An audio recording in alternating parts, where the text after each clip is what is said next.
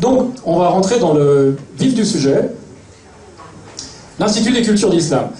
L'Institut des cultures d'islam, vous allez découvrir, c'est quelque chose de beaucoup plus important que juste un bâtiment.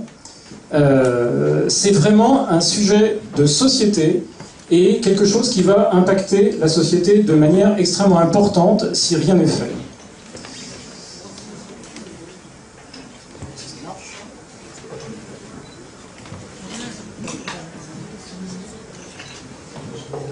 Donc le thème de cette réunion, c'est Institut des cultures d'islam, anatomie d'un viol de la loi 1905. Peut-être un peu brutal comme titre, mais il est parfaitement justifié, vous allez le découvrir tout à l'heure.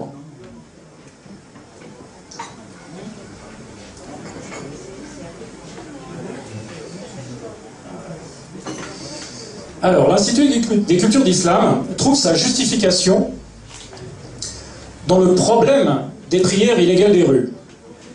Effectivement, pour faire quelque chose, très souvent, il faut agir en fonction de... On réagit en fonction de quelque chose.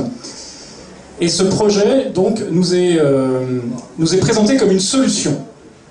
Nous est présenté comme une solution, et nous allons voir dans cette conférence que, là encore, c'est une manipulation. Nous ne sommes pas vraiment confrontés à un problème de prière des rues. Nous sommes confrontés à un problème de gestion.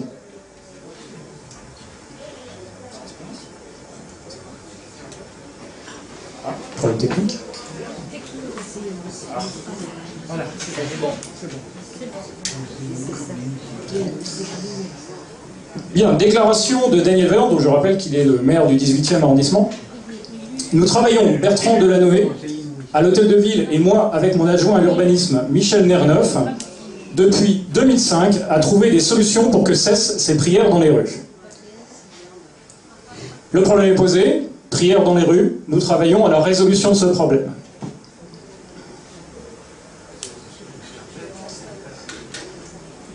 Là, je vous ai joint une petite carte du quartier où se pose le problème des prières des rues.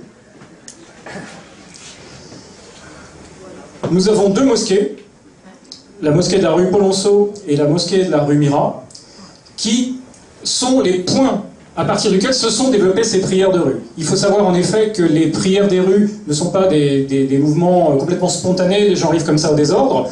Il y a une sonorisation dans les rues. Des haut-parleurs sont tirés à partir des mosquées, le matériel qui sert aux prières des rues, les tapis, etc., sont stockés dans les mosquées. Les mosquées sont les centres logistiques qui permettent l'organisation de ces prières des rues. Les rues qui sont soulignées en rouge sont les rues qui sont bloquées à la circulation par des barrières de sécurité, que vous pouvez voir sur la photo en bas à gauche.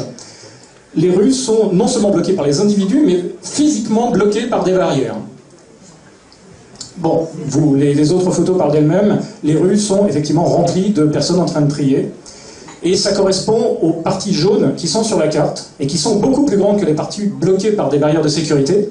Il faut savoir que ces rues qui sont bloquées par les prieurs sont de plus en plus prises. C'était un phénomène en développement. Il ne s'arrêtait pas, au contraire. C'est un phénomène qui est en constant développement depuis plus de 10 ans. En l'occurrence, oui, presque 20 ans maintenant. Ce projet, donc l'Institut des cultures d'islam, est un projet qui ne vient pas d'hier. C'est un projet qui avance peu à peu, mais de manière régulière, qui est parti d'un centre de préfiguration d'19 rue Léon. Alors le centre de préfiguration, c'est je dirais un avant-goût de ce que va être l'Institut des cultures d'islam. C'est un centre à vocation donc culturelle, qui fonctionne déjà, qui a été payé par la mairie de Paris, avec vos impôts, et qui est subventionné par la mairie de Paris, là encore une fois, avec vos impôts. Donc, je ne vais pas tout vous lire, c'est un peu fastidieux, mais il faut savoir que les premières étapes ont commencé en 2006, et approbation après réalisation, on avance étape après étape, jusqu'aux phases finales dans lesquelles nous sommes arrivés en ce moment, c'est-à-dire 2011, ouverture de la phase opérationnelle, 2012, construction du bâtiment rue Stephenson, 2013, ouverture du premier bâtiment, 2013, construction du second bâtiment, et 2014, ouverture du second bâtiment. En 2014, l'Institut des cultures d'islam est censé être terminé.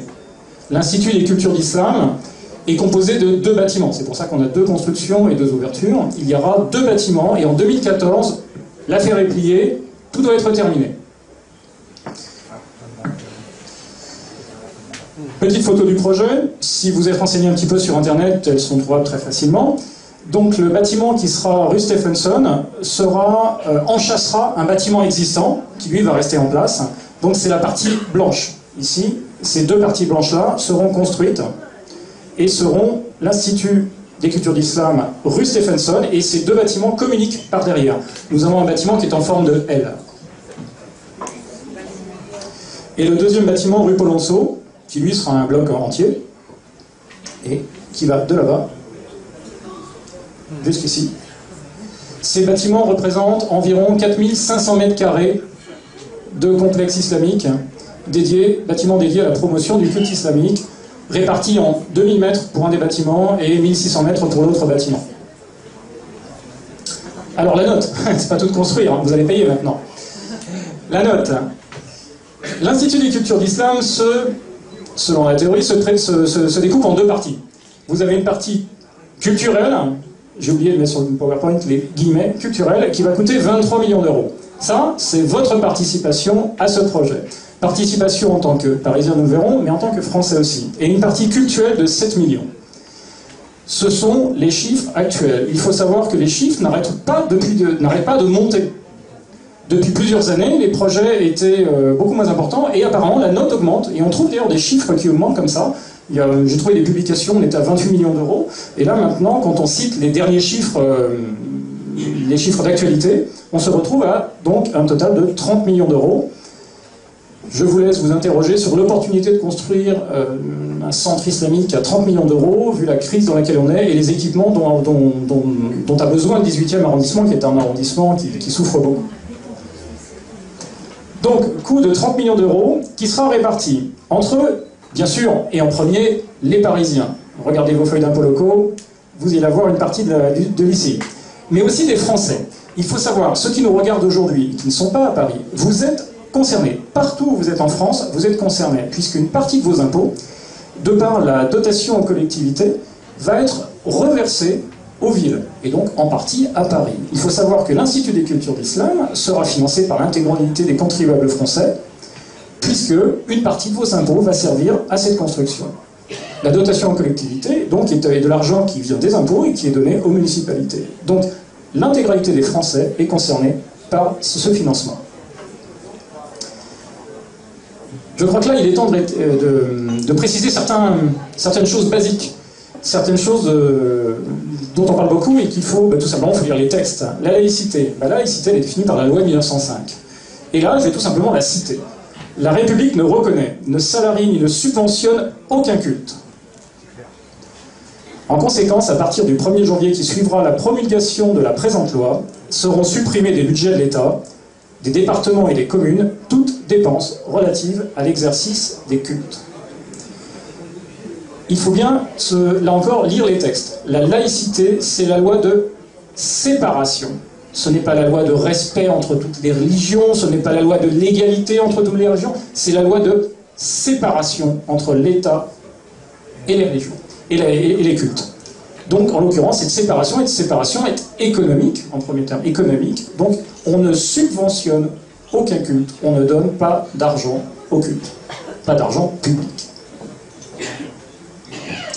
Nous nous trouvons donc devant une étrange équation, assez mystérieuse, puisque, oui, comment une mairie peut-elle construire 2 mosquées alors que le financement des bâtiments cultuels est illégal depuis 1905 ? Oui, on a beau être très fort en communication comme l'équipe de M. Delanoë, on se retrouve quand même à construire 2 mosquées. Ça va être un petit peu dur à expliquer. Mais c'est ce à quoi s'emploient M. Delanoë et M. Vaillant, qui sont complices dans cette affaire, nous expliquer pourquoi un État qui est censé ne pas donner d'argent au culte construit des mosquées. Et je cite Daniel Vaillant sur ce sujet, c'est un dossier difficile à monter juridiquement. Ben oui, en théorie, c'est illégal. Il va donc falloir effectivement être assez convaincant, en tout cas essayer d'être convaincant, et c'est ce qu'essayent de faire nos amis.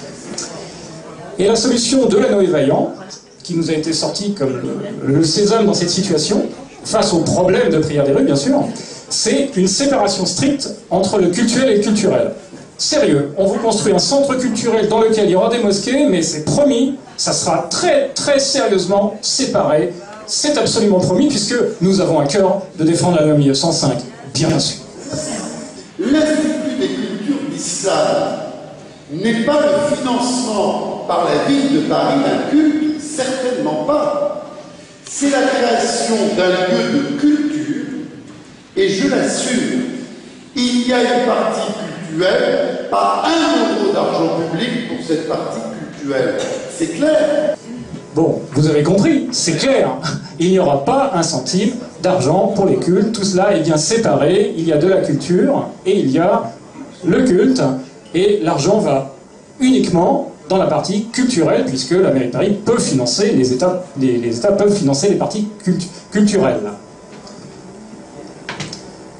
Et c'est là où il faut non seulement écouter ce que nous disent les élus, mais peut-être vérifier un petit peu ce qui se passe. Parce qu'on a le discours officiel qui est très clair, c'est-à-dire il y a une séparation stricte. Sauf que nous, on ne croit pas tellement M. Delaney qu'on a voulu vérifier. Après tout, c'est le devoir du citoyen de vérifier un petit peu ce que font les élus. Et là, c'est ce qu'on a fait. Et donc, nous, on va s'occuper... Oui, là, ça c'est la version officielle. Donc, Daniel Vaillant nous explique, il y aura dans chacun des lieux, autour d'un patio, une salle de prière et des espaces culturels. Le tout sera modulable, les vendredis et jours de fête notamment. Il faut croire nos élus. Ils nous expliquent que ça sera modulable, mais que, bien sûr, tout ça, ça sera séparé. Dans le meilleur des mondes, tout va très bien. Alors, cette citation n'est pas sortie de nulle part, c'est tout simplement dans le journal d'information de la mairie du 18e arrondissement, que vous pouvez trouver sur Internet, février 2011, ça doit être le numéro 13, je crois. Ceci dit, cette fameuse séparation culturelle, maintenant, regardons ce qui se passe dans les faits, la réalité. C'est aussi tout l'intérêt de l'Institut des cultures d'islam dans sa version définitive, mais qu'on commence aussi à mettre en place en ce moment, c'est ce frottement en fait entre le culte et la culture. Une association cultuelle créée ad hoc pour ce projet s'est constituée et donc fera l'acquisition des salles de prière, qui sont de taille relativement modeste, qui permettent de répondre à un besoin quotidien des fidèles. Et pour les moments de plus grande affluence, donc comme je le disais le vendredi et en période de Ramadan notamment, l'association pourra louer d'autres espaces.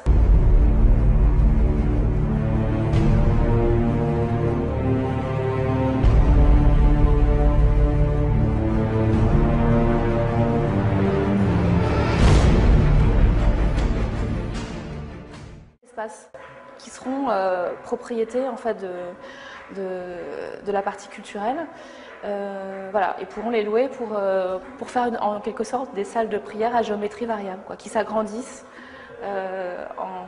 en cas de besoin. Il y a des espaces évolutifs qui vont pouvoir un petit peu agrandir l'un ou l'autre des domaines.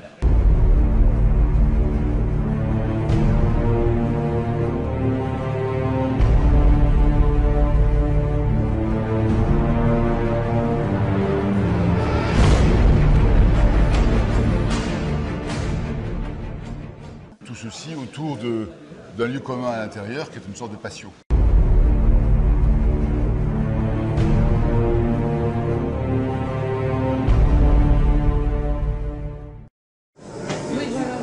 Bon, vous l'aurez constaté, dans l'Institut des cultures d'islam, le culturel va se frotter avec le cultuel. On se demande quel résultat ça va donner. Mais enfin, question séparation, c'est pas un bon début.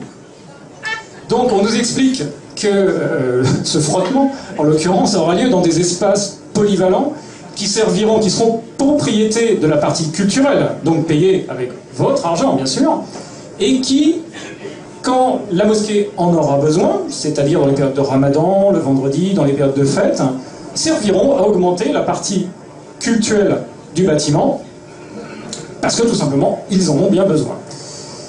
Nous avons aussi la mention d'un patio, et on va voir tout à l'heure que ce patio est un patio central, qui lui aussi, je le rappelle, est payé à 100% puisqu'il fait partie de la partie culturelle, patio dont va en partie bénéficier la partie culturelle. Voilà, les espaces modulables, les fameux espaces modulables. C'est bien qu'en théorie tout ça paraît très beau, mais il faut tout simplement regarder les plans, la réalité. Et avec la réalité, vous allez voir qu'on apprend beaucoup de choses. Alors, ça c'est le site du côté de la rue Polonceau. Et vous avez les deux espaces, donc l'espace cultuel, qui est en mauve en bas, qui est la partie donc réservée et payée par l'association musulmane, et qui est la partie réservée à la pratique du culte. Et vous avez en jaune, au-dessus, l'interface. L'interface qui est donc, enfin le nom politique, des espaces modulables. Alors, cette interface fait partie de la partie culturelle. Celui-là, il est payé par le contribuable. Et il sera ajouté quand, le vendredi notamment, pendant la prière du vendredi et pendant le ramadan où il y a plus d'affluence pour les prières, il sera utilisé comme espace lui aussi cultuel.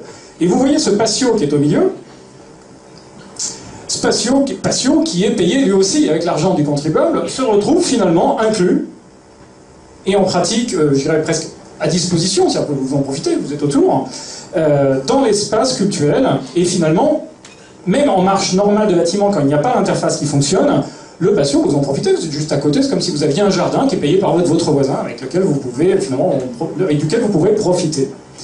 Et détail qui va être important aussi, puisqu'il sera présent dans la deuxième partie, la petite flèche rouge qui est ici, c'est l'entrée du bâtiment. Vous apercevez que l'interface, ici placée, quand elle sera remplie de fidèles, il faut savoir qu'elle sera remplie de fidèles, puisque la capacité de l'Institut des cultures d'islam en ce qui concerne les prieurs dépasse à peine 2000 individus. Or, nous avons déjà, à l'heure actuelle, ne serait-ce que pour une seule mosquée, il citait le chiffre de 3000 personnes. Pour une seule des mosquées. Et vous verrez dans le reportage un petit peu plus loin, vous cite aussi plusieurs milliers de personnes. Les capacités de ce bâtiment sont déjà largement dépassées. Ils le disent eux-mêmes, dans d'autres vidéos qu'on n'a pas inclus dans cette présentation. Ils disent, on avait calculé un petit peu court, ça fait un moment qu'on a travaillé sur ce sujet-là, les prières s'étant développées, on est déjà trop court. Donc il est tout à fait possible que non seulement ces espaces soient pleins, mais que ça déborde dans la rue, et dans tous les cas de figure, la porte, ici, sera bloquée, puisque les personnes seront en train de prier. Deuxième bâtiment, le site Stephenson. Là, on ne voit pas l'espace culturel, puisque l'espace cultuel, puisqu'il est à l'étage, un cran plus haut.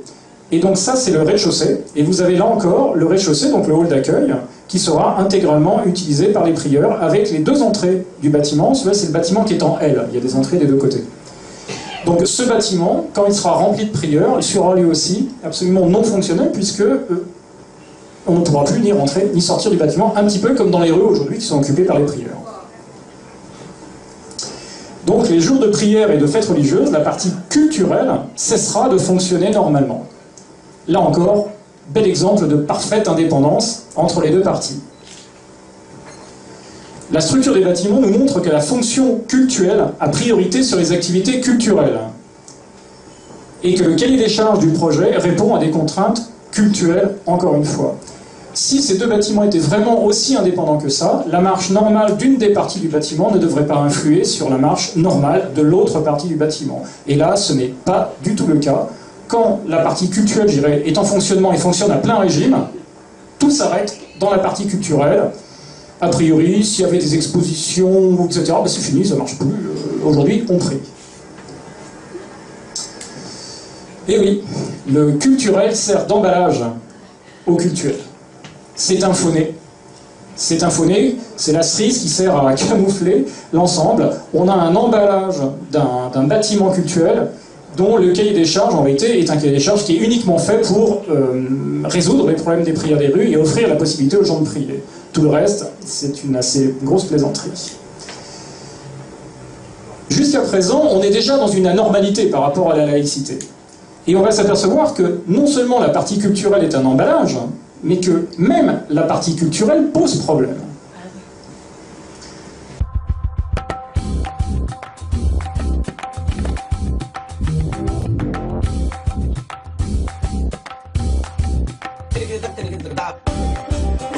En accompagnant le rayonnement d'un islam moderne et laïque, l'Institut des cultures d'islam, établissement de la ville de Paris, œuvre pour une meilleure compréhension réciproque et un dialogue des cultures.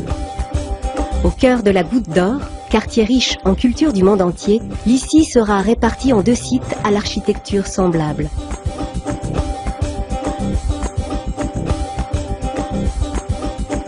Avec ses 2000 mètres carrés, le 6 rue des Poissonniers, le plus grand des deux, sera orienté vers le grand public.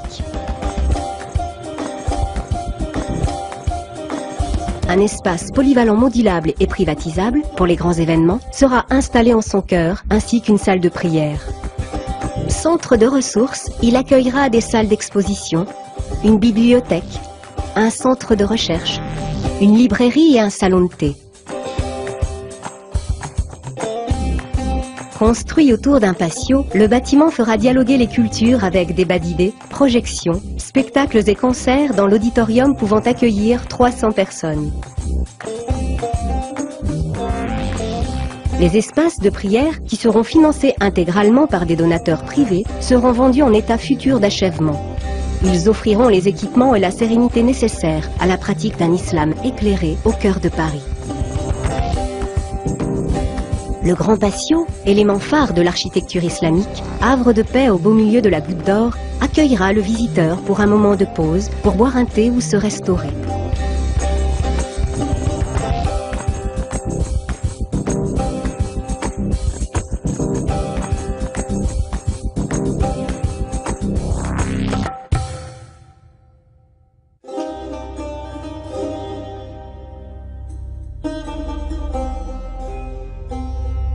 Le 56 rue Stephenson, de 1400 mètres carrés, à vocation plus intime et familiale, offrira un hammam moderne, des salles d'apprentissage pour des cours de langue, des formations, des ateliers de création contemporaine.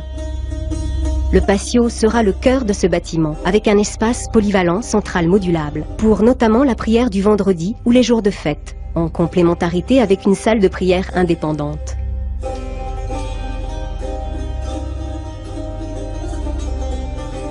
Cohabitation moderne et novatrice de la culture et de la foi, cette configuration inédite répond à un double enjeu: accueillir les fidèles qui prient actuellement dans la rue et accorder une place majeure à la culture artistique contemporaine de l'islam. L'Institut des cultures d'islam s'inscrit ainsi pleinement dans le rayonnement mondial de l'identité parisienne, riche et fière de sa diversité et de son pluralisme.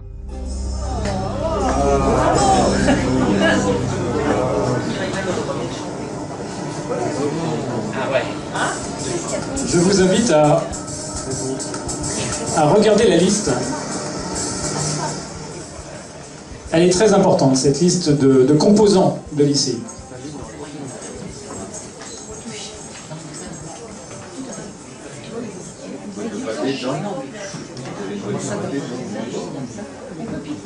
Voilà, je vous ai recopié la liste ici.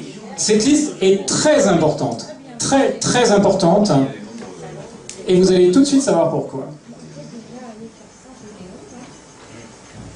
Et oui, en effet, pour ceux qui connaissent un petit peu l'islam, on a une étrange sensation de déjà-vu. Mais où est-ce que j'ai déjà vu la liste de ce genre de choses? Alors là, j'ai pris des exemples sur différents projets. Là, notamment, c'est un projet à Conflans-Sainte-Honorine, où on nous explique, c'est un projet qui présente une mosquée. Donc je vais lire un petit peu de texte, rassurez-vous, ça ne va pas être très long. Donc on nous explique qu'une mosquée est devenue plus qu'un lieu de culte. Elle sert d'institution sociale, éducative et politique. Elle peut ainsi être accompagnée d'une médersa, donc d'une madrasa, d'un centre de formation, voire d'une université. Elle sert aussi de lieu de rencontre et d'échanges sociaux. Il faut savoir qu'une mosquée, effectivement, ce n'est pas une église.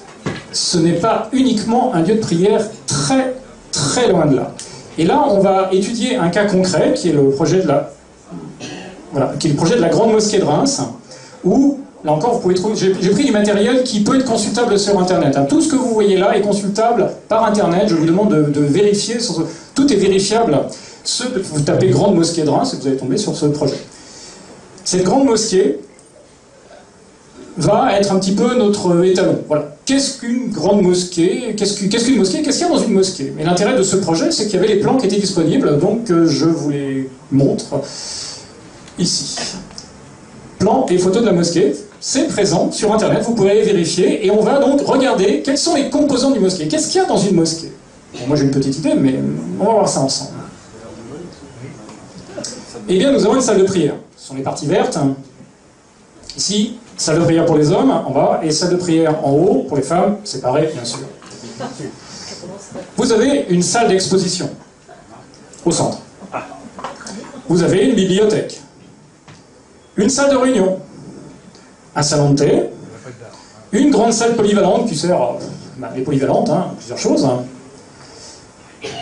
des salles d'apprentissage, salles de cours, et enfin des salles d'activité, elles aussi séparées, on précise ici, salle d'activité et là, salle d'activité féminine. Regardez cette liste, et faisons une toute petite comparaison, qui à mon avis sera assez instructive. Grande mosquée de Reims, et en face, l'Institut des cultures d'islam. Eh bien, nous trouvons dans la grande mosquée de Reims une salle de prière, et dans l'Institut des cultures d'islam, des salles de prière. Des salles d'exposition dans les deux bâtiments. Une bibliothèque dans les deux bâtiments. Une salle de réunion. Alors, dans l'ICI, on appelle ça un centre de recherche. Alors pour l'instant, on ne sait pas très bien ce qu'ils vont rechercher, mais en tout cas, c'est certain, on aura des pièces qui serviront à faire des choses. Enfin, le fait est que à la grande mosquée de Reims, on a donc des salles de réunion. Là, on a un centre de recherche, donc petite différence. Salon de thé dans les deux bâtiments. Grande salle polyvalente dans la mosquée de Reims. Et M. Delanoë a été généreux. C'est pas juste une grande salle polyvalente, c'est un auditorium carrément équipé. Donc c'est en même temps, enfin la même chose et pas la même chose. La grande salle polyvalente à Reims, bien sûr, peut servir d'auditorium. À la mosquée de Paris, comme on ne compte pas avec l'argent du contribuable, on offre un auditorium normal. Des salles d'apprentissage. Alors, des salles d'apprentissage, qu'est-ce qu'on apprend dans les mosquées? Eh bien, il y a une chose qu'on remarque quand on étudie les sites de mosquées, les projets de mosquées, etc. Systématiquement, vous avez des cours d'arabe. Je reprends le site de la Plume à Conflans-Sainte-Honorine. Je me dis, mais pourquoi l'arabe? On peut se dire, mais pourquoi systématiquement l'arabe? Pourquoi pas de temps en temps du chinois, quelque chose d'autre? Eh bien, les salles de cours seront instaurées afin de répondre à un besoin éducatif. Toujours important l'éducation. Diverses activités pédagogiques seront proposées, telles que les cours d'arabe. Alors, il y a toujours les cours d'arabe. Des fois, les autres, il n'y en a pas. Il n'y a que les cours d'arabe. Mais là, en tout cas, il y a des cours d'arabe. Donc, cours d'arabe destinés aux personnes souhaitant découvrir ou bien approfondir la langue arabe, l'histoire, et donc de bénéficier d'une meilleure compréhension des récits coraniques. Et ouais. L'arabe, ça sert finalement beaucoup à lire le Coran. Ça vous sert aussi à comprendre ce qui est déversé par les chaînes satellitaires musulmanes directement. Vous pouvez donc comprendre les prêches d'Al-Qaradawi et tout un tas de gens qui hurlent le djihad et à l'égorgement des mécréants. Bref, le cours d'arabe sert à une meilleure compréhension et en réalité à une utilité périphérique à l'activité culturelle puisque vous pouvez lire le Coran dans le texte. Donc ça, c'est la mosquée à Conflans-Sainte-Honorine. Et là, c'est dans l'Institut des cultures d'islam. Les cultures d'islam vivent. L'ICI est fier de pouvoir vous proposer, avec des associations partenaires, de partager ces cultures. Vous avez deux associations partenaires, dont une qui vous fait des cours d'arabe, et l'autre qui fait de l'alphabétisation. Il faut savoir que les cours d'arabe littéraire, l'arabe, il y a environ 200 millions de locuteurs de la langue arabe dans le monde, sachant que ces locuteurs sont séparés globalement en deux parties. Donc il y a l'arabe classique, littéraire, qui sert à la télévision, dans les journaux, etc. Et les arabes, les formes d'arabe qui sont des formes régionales et qui, bien souvent, ne permettent pas aux gens qui parlent arabe de se comprendre les uns avec les autres parce que ces formes sont trop différentes. Il faut savoir que les gens qui parlent ce type d'arabe sont environ 40 à 50 millions de personnes dans le monde, c'est tout. Voilà, donc tout ça pour dire que là aussi, dans l'ICI, Institut culturel, vous avez, comme dans toutes les mosquées, des cours d'arabe. C'est à ça que servent les salles d'activité. Et vous avez, dans l'Institut d'Islam, parce que là, encore une fois, quand on a beaucoup d'argent, c'est très complet, vous avez une librairie qui n'est pas présente dans la grande mosquée de Reims, mais que vous retrouvez, par contre, dans tout un tas d'autres bâtiments cultuels, type, par exemple, la grande mosquée de Paris. Et dans l'Institut des cultures d'islam, un patio qui nous est présenté comme l'espace central. Et alors dans la grande mosquée de Reims, ils n'ont pas de patio parce que tout simplement ils ont des jardins extérieurs. Mais ils ont ces espaces verts qui sont très importants dans les mosquées, qui sont vraiment traditionnels. La mosquée très souvent est organisée autour d'un espace intérieur, d'un patio, ce que respecte tout à fait au niveau de la forme l'Institut des cultures d'islam. Et bien l'équation finalement se résout assez facilement. L'Institut des cultures d'islam, c'est exactement la même chose qu'une mosquée. Simplement, il a suffi de requalifier en culturel tous les éléments annexes à la salle de prière. Puisqu'une mosquée, c'est une salle de prière, et c'est aussi tout un tas d'activités annexes et de pièces annexes qui servent à la marche normale d'une mosquée.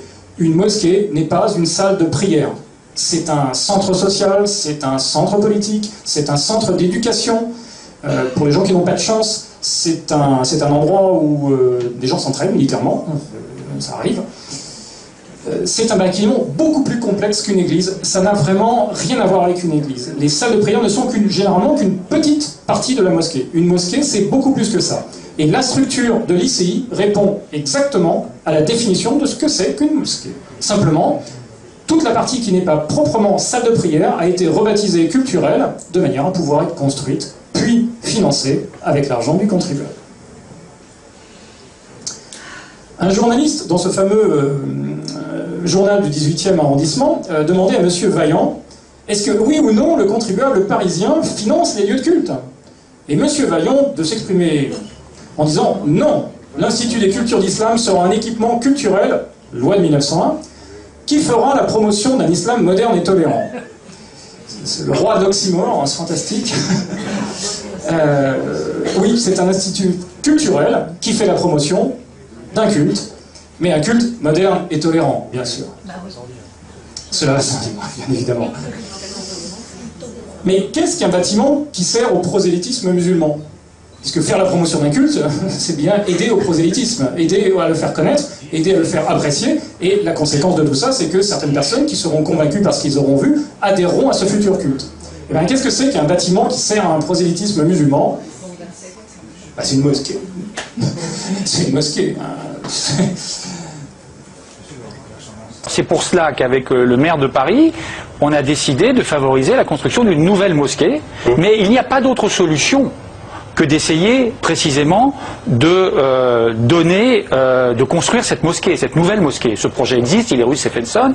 Le maire de Paris d'ailleurs, dès 2001, j'étais avec lui, s'est préoccupé de cette question et nous avons essayé d'apporter cette réponse. On arrive, même si la loi de 1905 est assez contraignante, là on est arrivé à trouver une solution juridique qui permette effectivement de favoriser la construction de cette mosquée.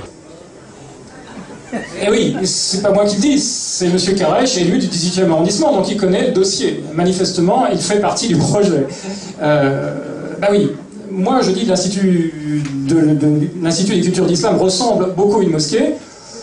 Il ne se donne même pas la peine de l'appeler établissement culturel. Il l'appelle mosquée de manière très claire. Donc je l'expliquais tout à l'heure, pour réussir à tordre le bras de la République, vraiment, parce que là c'est une torsion, faire payer une mosquée avec l'argent du contribuable dans un État qui se prétend laïque, avec une séparation totale de l'Église et de l'État, et une interdiction de financement, c'est quand même une clé de bras qui est assez douloureuse. Et ben, ma foi, ça se fait pas tout seul, et comme disait M. Vaillant, c'est un dossier juridiquement un petit peu compliqué à monter. Et bien, ça c'est fait. C'est-à-dire qu'on est face, dans ce projet, on est vraiment face à une manipulation orchestrée par la mairie de Paris. Dans un premier temps, il faut laisser volontairement se développer un problème, de manière à pouvoir trouver une solution. Donc on laisse se développer un problème. La capacité d'accueil dans les murs, elle varie entre 1500 et 2000. Et tout le reste pris dehors. Depuis 20 ans maintenant, chaque vendredi midi, le bas de la rue Mira se ferme à la circulation et se transforme en une vaste mosquée à ciel ouvert.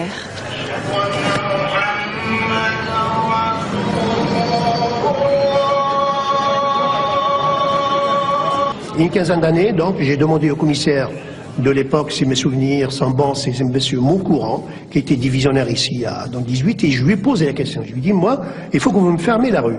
Je ne veux pas d'incident.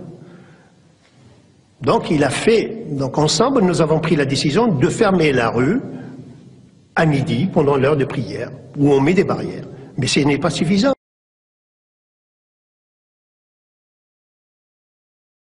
Les arrangements comme ça avec le commissariat du coin, c'est des arrangements qui sont portés par personne.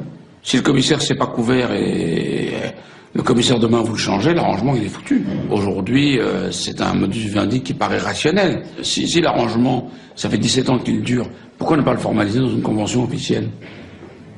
Parce qu'il faudra écrire des choses que les gens ne veulent pas écrire. Ils ne veulent pas écrire qu'ils vont mettre des barrières pour que la pratique du culte se fasse, qu'ils vont empêcher les voitures de passer. Parce que sinon, comment dire, ils banaliseraient, ils autoriseraient une occupation illicite du domaine public. Et oui, on ne peut quand même pas prétendre que la mairie de Paris ne sait pas ce qui se passe. Le commissaire de police négocie et décide ensemble avec l'imam qui organise des prières illégales des rues, la fermeture des rues. Et un élu de la mairie de Paris nous explique qu'il est tout à fait au courant et que tout ça est parfaitement toléré. On n'est pas dans la découverte d'un problème, on est dans le fait de laisser. On est dans le... Voilà, les prières des rues qui nous sont présentées comme le symptôme d'un problème ont été acceptées. Et quand vous acceptez quelque chose d'illégal, vous encouragez les gens à le faire. Si vous acceptez le fait que des gens, je sais pas, volent dans un magasin, pourquoi il serait bien bête de ne pas continuer à le faire? La situation, le pourrissement de la situation dans le 18e est un pourrissement qui a été sciemment accompagné par la mairie de Paris. Quelque part, cette personne, en priant dans la rue, elle pose un acte militant, elle sème. Parce que l'islam ne prescrit pas de prier dans la rue. Cette personne pouvait très bien prier chez elle, dans sa propre maison, c'est pas du tout areligieux. Bon. Donc comme tous les militants, elle sème, et la récolte, c'est pas toujours immédiat.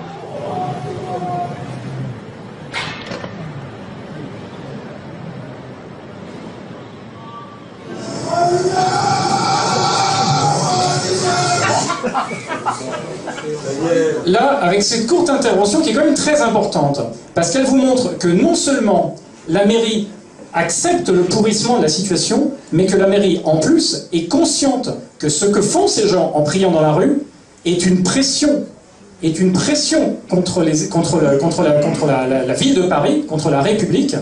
Ils savent que ces gens sont en train d'essayer de les manipuler. Et donc, ils acceptent de se laisser pousser, ils acceptent cette manipulation. Ils savent très bien, effectivement, que ces prières des rues ne sont qu'un moyen de pression utilisé pour obtenir des mosquées.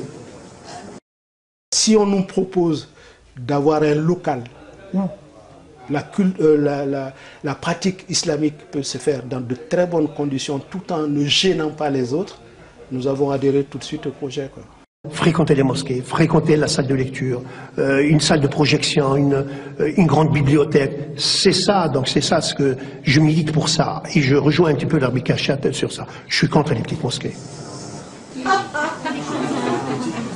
Voilà, ils ont fait leur liste de courses.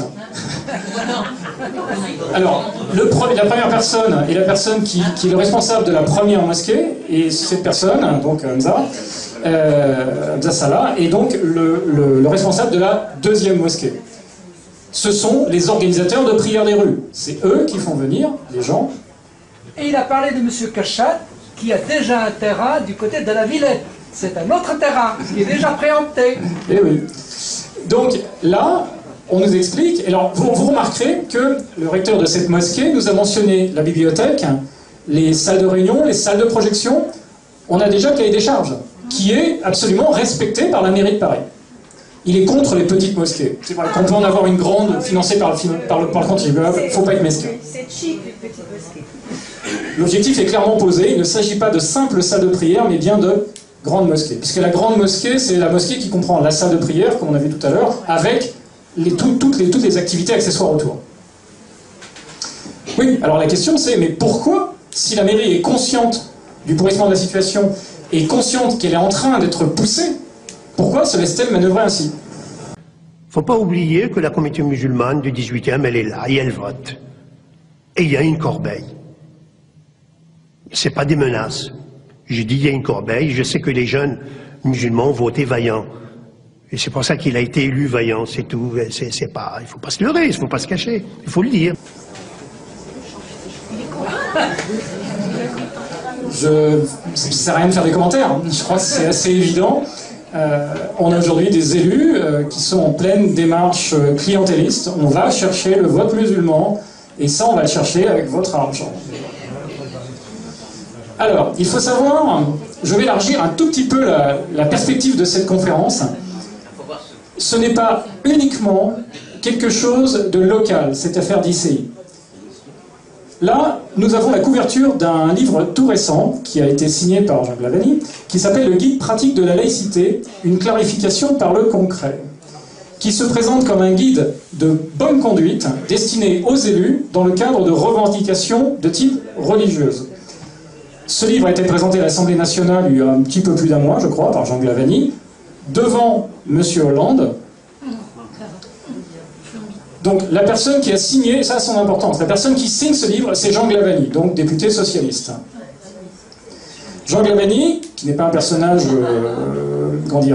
ordinaire, nous a dit, dans la Nouvelle République des Pyrénées le 21 décembre 2005, c'est la personne qui déclare « Aujourd'hui, être un bon laïc, c'est encourager la construction de mosquées en France ».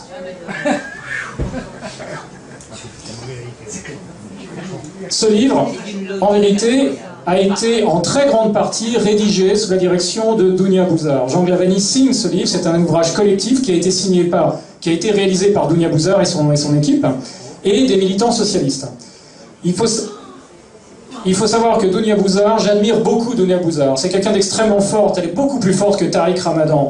Elle a réussi à faire une OPA sur la laïcité et le Parti socialiste. C'est elle qui fait maintenant la pluie et le beau temps en ce qui concerne la laïcité. C'est quelqu'un d'absolument fantastique qui est capable d'utiliser tous les ressorts de la laïcité pour introduire l'islam exactement partout, et en particulier dans l'entreprise. Elle fait un travail extraordinaire, elle vous explique qu'avec la laïcité, les droits de l'homme et toutes les valeurs françaises sorties des Lumières, il faut mettre de l'islam partout. Et au nom du principe de la laïcité. C'est extraordinaire, je l'admire, c'est vraiment fantastique. Elle fait un travail vraiment formidable. Donc, dans ce livre, Guide pratique de la laïcité, nous avons une fiche qui met en exergue une fiche de bonne pratique. Et qu'est-ce qu'on cite comme exemple de bonne pratique? L'Institut des cultures d'islam. Fantastique. Ce qu'est en train de faire en ce moment M. Delanoë et M. Vaillant nous est désigné comme le modèle à suivre. L'exemple, le bon exemple. Ça rappelle quelque chose, le bon exemple. C'est donc particulièrement intéressant. Et je vous disais tout à l'heure, cette conférence n'a pas pour but simplement de traiter du problème juste de l'Institut des cultures d'islam. Vous avez, oui, il nous est présenté comme un centre novateur. Oui, effectivement, c'est novateur. On a réussi à trouver une nouvelle solution, c'est effectivement un nouveau montage. L'Institut des cultures d'islam est un centre novateur. Et pourquoi est-ce qu'il est novateur? Parce que maintenant, la promotion de l'islam est faite directement par des personnels payés par les contribuables. Fantastique. Les imams en avaient rêvé. Monsieur Delanoë l'a fait. Conclusion donc. L'équipe Delanoë-Vaillant profite de la méconnaissance des citoyens en ce qui concerne l'islam et de ce que sont les mosquées pour faire construire 2 bâtiments à vocation cultuelle et au moins partiellement prosélyte aux frais des contribuables. Alors, j'ai usé de réserve dans l'expression, je dis partiellement prosélyte. Effectivement, il y a vraiment des activités culturelles qui ont lieu dans l'ICI. Mais ces activités culturelles sont l'alibi qui font passer le reste.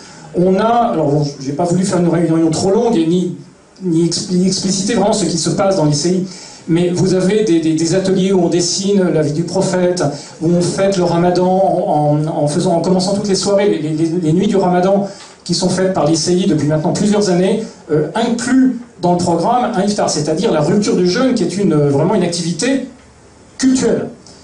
Vous avez une promotion systématique, vous avez par exemple la finance islamique, on vous parle de la finance islamique, et la promotion d'une finance qui est liée aux règles de la charia, là encore des choses culturelles. Vous avez des activités vraiment de type de promotion de l'islam. Et ça contribue à une activité prosélyte. Donc ce projet est donc une violation patente de la loi de 1905. Ça c'est une évidence, je crois que vous en êtes rendu compte depuis tout à l'heure. La nature totalement illégale du financement de ce projet fait l'objet d'une manœuvre délibérée de dissimulation de la part des élus de la République. L'emploi systématique du mot culturel pour désigner des choses qui sont directement reliées à l'islam. Alors je ne sais pas pour vous, mais la dernière fois que j'ai entendu parler de l'islam, il me semblait que c'était quand même une religion. Quand on écoute ces gens-là, l'islam, tout est culturel. Le ramadan est culturel, tout est culturel, la prière est culturelle, tout ça c'est de la culture.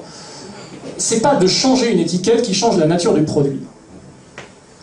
Monsieur Delanoë et Monsieur Vaillant ont soit volontairement trompé, soit bénéficié de la complicité d'autres élus parisiens qui ont voté l'approbation du projet puis le financement de l'ICI. Il faut savoir, l'ICI, depuis plusieurs années, toutes les délibérations municipales qui établissent, qui approuvent et qui financent l'ICI sont votées à l'unanimité. Et là, comme disait M. Federbusch, et je le suis sur cette affaire-là, il va quand même falloir poser des questions aux élus. Est-ce que vraiment les élus sont au courant de ce dont je viens de parler? Est-ce qu'ils sont au courant, et donc, dans ces cas-là, complices d'une violation de la loi de 1905, ou est-ce qu'ils ont été trompés? Et certains le sont très probablement, parce que nous commençons à l'UDCC à rencontrer certains élus, et la méconnaissance du dossier est abyssale, y compris vis-à-vis des personnes qui sont impliquées dans l'ICI. Donc, il est tout à fait possible qu'une partie des gens, par exemple M. Carèche ou M. Garet, qui interviennent dans nos vidéos en explicitant le fait qu'ils sont tout à fait au courant que ce projet est une mosquée. Ces personnes sont des complices, c'est très net. Mais il y a très probablement des personnes qui sincèrement pensent qu'on est face à un établissement mixte. Alors la proportion, oui, pour l'instant on ne le sait pas. Eh bien tout simplement, je vous demande qu'on va aller leur demander. On va aller leur demander et on mettra les résultats sur Internet. Élu par élu, avec les noms, on va leur poser des questions et on va leur demander d'y répondre. L'ICI, donc l'importance de l'ICI, c'est que l'ICI c'est le premier avatar d'une ligne politique portée par des élus qui ont fait du financement massif du culte islamique un outil électoral et politique. Jusqu'à présent, les élus, quand ils voulaient financer le culte musulman, bricolaient. Petite subvention par ici, un bail amphithéotique par là, on fait une petite donation, on donne le terrain, bref, on bricolait, et il y avait une espèce d'insécurité juridique. Avec ce nouveau montage mis au point par M. Delanoë et M. Vaillant, on passe là à la phase industrielle. C'est-à-dire qu'on a des produits qui sont financés à 100%. Et dans des quantités extrêmement importantes. C'est quand même 30 millions d'euros, là. Mais allons-y, c'est l'argent des contribuables, on peut y aller. On peut piocher dans les caisses et faire des gros projets. Si l'ICI passe comme ça, sans que personne ne fasse rien, ça sera un précédent. Il faut savoir qu'à Lyon, on est déjà en train de réclamer l'Institut des cultures d'islam. Il est important de poser des questions aujourd'hui sur ce projet, de manière vraiment à en contester et en examiner la légalité. Ce qui se passe là, c'est la première étape d'un processus. D'un nouveau processus. Je dirais que M. Delanoë et M. Vaillant ont mis au point un procédé assez astucieux, qui ressemble à quelque chose de légal, mais qui est en vérité vraiment le 2.0 du financement de l'islam en France.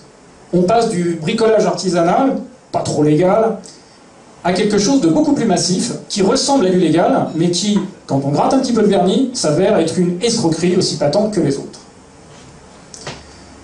L'ICI, s'il est construit, ouvrira une ère de financement public des religions et l'abandon objectif du principe de laïcité. Bah oui, la laïcité, donc on va y revenir. La laïcité, c'est la séparation. Et là, on a un produit, on a une manœuvre qui nous fait financer un culte, directement. Directement. L'UDCC, l'Union de défense des citoyens et contribuables, nous dénonçons l'illégalité du projet de l'ICI dans sa forme actuelle. L'ICI a publié une liste de questions concernant le financement et la dangerosité de ce projet et exige, et ça peu de personnes le savent, nous avons le droit d'exiger des réponses, et qui exige au nom de la loi numéro 2321 du 12 avril 2000 relative aux droits des citoyens dans leurs relations avec les administrations. Donc nous exigeons des réponses de M. Delanoë et M. Vaillant, initiateurs et responsables de ce projet. Il va y avoir donc cette liste de questions a été mise sur Internet. Si vous allez sur notre site udcc.fr, vous allez pouvoir la consulter. Cette question va être envoyée avec accusé de réception aux élus responsables de ce projet, et de manière plus vaste, elle va être posée, elle a déjà été posée à certains, aux élus parisiens, notamment du 18e et les autres, de manière à provoquer une prise de conscience. Certaines questions, dans cette liste de questions, vous la verrez, bon, elle est un petit peu longue, parce qu'elle est justement assez complète. Elle concerne le financement, qui est quelque chose en ce moment d'extrêmement trouble, le financement, la séparation, l'effective séparation, qui relève plus de la plaisanterie qu'autre chose, objectivement, mais enfin bon, que vont-ils nous dire?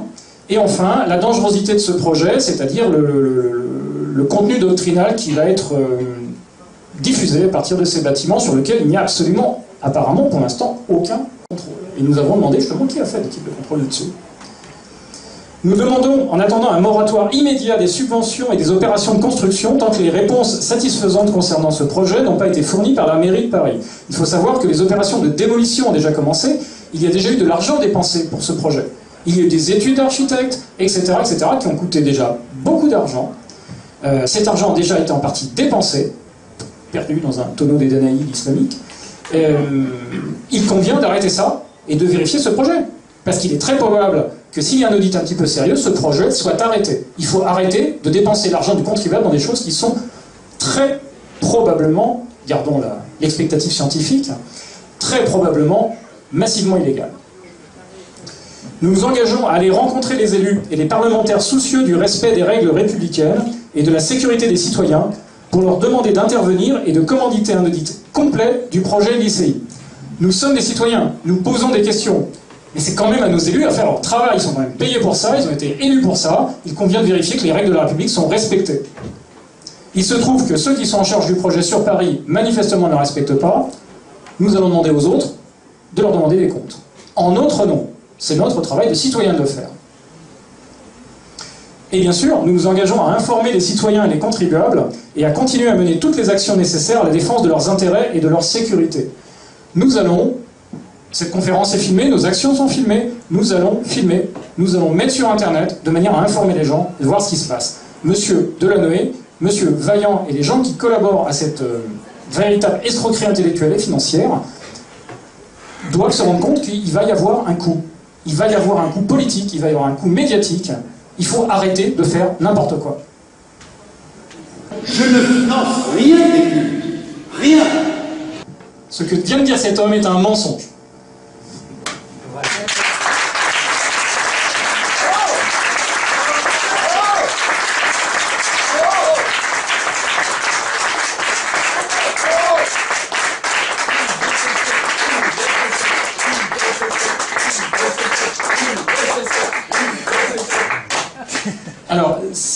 Alors j'espère avoir été complet dans cette présentation. Tout n'a pas été mentionné, sinon le format a été vraiment beaucoup plus long.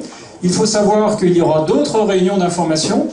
Si vous êtes des représentants d'une organisation, d'associations, etc., nous pouvons venir répéter ces choses. Il faut que les citoyens soient informés.